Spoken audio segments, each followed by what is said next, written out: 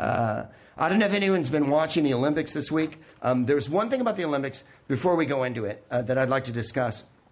There's a Cadillac ad that's been playing, and it's a guy, I don't know how to describe it. He's wearing shorts, and he's supposed to be the regular white guy dad. He's in his 40s. And have you seen this Cadillac ad? One person's laughing in recognition. Everyone else is, Greg, we don't watch TV that much.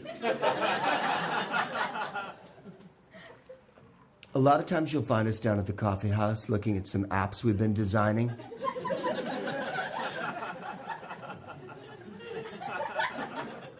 Me and my friends get together and we just hold hands around a pile of glowing coals.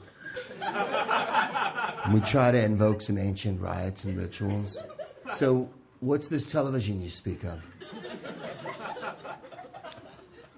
Well, the Olympics are on TV, and they're all giant corporate sponsors. And Cadillac is sponsoring the Olympics as well on this one. And this was the one that turned my brain into tiny little broken, horrible, burnt pieces of tater tots.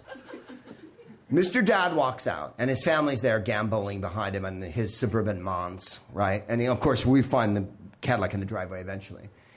He comes out and he goes, there's places in Europe where they take the whole month of August off. The whole month! We're not like that in America. In America, we put our nose to the grindstone every goddamn day and suck our corporate master's dick until the jism fills us up like a milkshake. We don't care how much nose we have left when the grindstone burns it all off, or what our kids' orthodonture's like, as long as our corporate masters are sated. And their giant bloated Swiss bank accounts float like enormous superstructures all around the world, while we lay in grateful servitude. That's why America's great. And this is where it gets bullshit. He actually says, we know in this country, if everyone works hard enough. If there's one thing we know in this country, and when I say this country, I mean America. And when I say America, I mean America with a swastika as the K at the end. Is that you can work as hard as you like and still not have fucking health care or any overtime or anything good happen in your life. This is the country where all workers' rights have been devolved and dissolved and devoluted down to fuck nothing. And I don't want to hear it anymore. I don't want to hear it in advertising. I don't want to hear it from candidates. I don't want to hear it from the president. It's not true. The American dream, whatever it was or is, didn't include everyone when it was in full effect. And then when it became the American dream in full effect for everyone, it super didn't include anyone. And then in the last 10 years, or 12 years, 14 years, whenever you want to go back to, if you want to go back to Reagan, if you want to go back to HW, if you want to go back to Clinton, if you want to go back to W, it hasn't included fucking anyone except for the 1% of people who have all the goddamn money and no laws apply to them. No laws about banking or usury or any type of felony committed against the economy, people, or humanity has not applied to the rich, and the very rich especially, for the last gajillion years.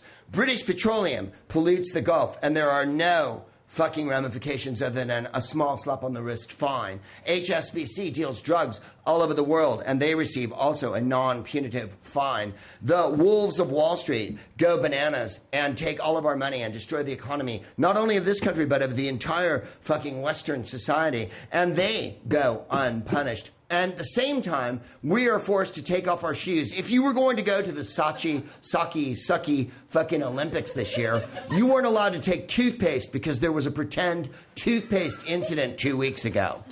That's what they're trying to get us to believe, that there's a pretend toothpaste incident that increases the likelihood of terrorism being perpetrated at Saki. When I went on Orbitz 2 nights ago, yes, I fucking did, because I study for all y'all, and tried to find a flight to Sachi from Los Angeles. It's 49 hours in transit, because you have to stay a whole day in Moscow, I think it is, or London, and then you go to Moscow.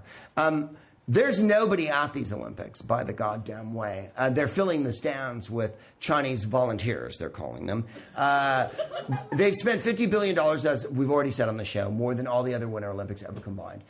This year is the first year that women are allowed to be in the giant ski jump. And it's been an event since the first Winter Olympics in 1924. So at this late date, 90 years later, we finally allowed women to do that. I have not... The level of, in any case, so on the Cadillac ad he goes, we know that if we work hard enough, we can get what we want to achieve. And he changes into a suit, and then he comes out and sits in his fucking Cadillac. And he goes like, but I love the idea that foreign countries, France is who he's talking about, get a month off in August, which they do. If you go to France in August, there's nobody there, really. It's like a skeleton crew. They're all visiting other places. He goes, a month? Huh? Why would any American in their right mind ever want to spend a month with their family? Why would you want to be with your loved ones with a paid vacation and a paid maternity leave when you could just work more and more and more and never get anything for it except a slap in the fucking face when your retirement comes and probably fired before that pension kicks in, and then have your pension gutted by the giant company who splits off and splits and then eats itself, and another company buys them, and then you don't get your pension anyway. And then at the end, he looks at the camera and goes, Cadillac, because it's all fucking about your cock and shit and the way it gleams in the golden sunlight when the dappled rays come down as the evening wanes. And we realize that we're better than China or India or Brazil or any of the other countries that are going to kick our ass and fucking rape us anally in the next 10 years. When our golden cock shimmers in that fucking scintillating sunlight, I look at you, and at the end he goes, n'est-ce pas? Oh, yes, he does. He says, n'est-ce pas? Because as you know, France failed in everything except having a quality of life that's better than almost any other country in the world. And if you've ever been to France, you can go to a restaurant at 1 in the morning and get a fucking to-die-for fucking steak and a salad. And the house wine is awesome beyond measure. They take a month off. A month!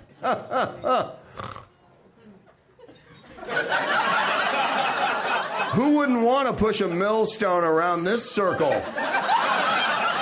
with a carrot dangling in front of their nose? What kind of fucking idiot wants to enjoy life every day?